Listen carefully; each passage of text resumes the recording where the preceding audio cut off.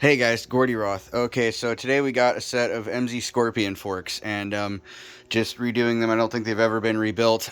So at any rate, they there's nothing weird about them. It's just that online you can't really find. You can find a bunch of like old forum posts of just kind of like, yeah, I was able to get seals and bushings for it, but that doesn't really help you.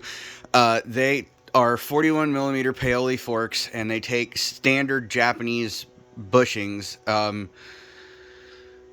don't have the part numbers in front of me, but they're the same as like 41 millimeter KYB fork. The bushings and seals are not the same in that the bushings are like from a newer generation fork and the seals are like the smaller old generation.